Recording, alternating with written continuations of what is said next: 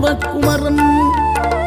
தடை 100 வந்தாலும் செயல் வெற்றியாக்கி தரும் தாராள குணம் கொண்டவன் நீ வலை வீசும் அறிவுக்கு தொலைவானவானாகி மாறாது அருள் செய்பவன்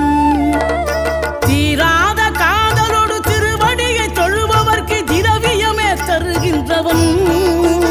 நீதாராள உள்ளமோடு தவக்கோலம் கொண்டு பெறும் தார்மீக பொருள் தந்தவன்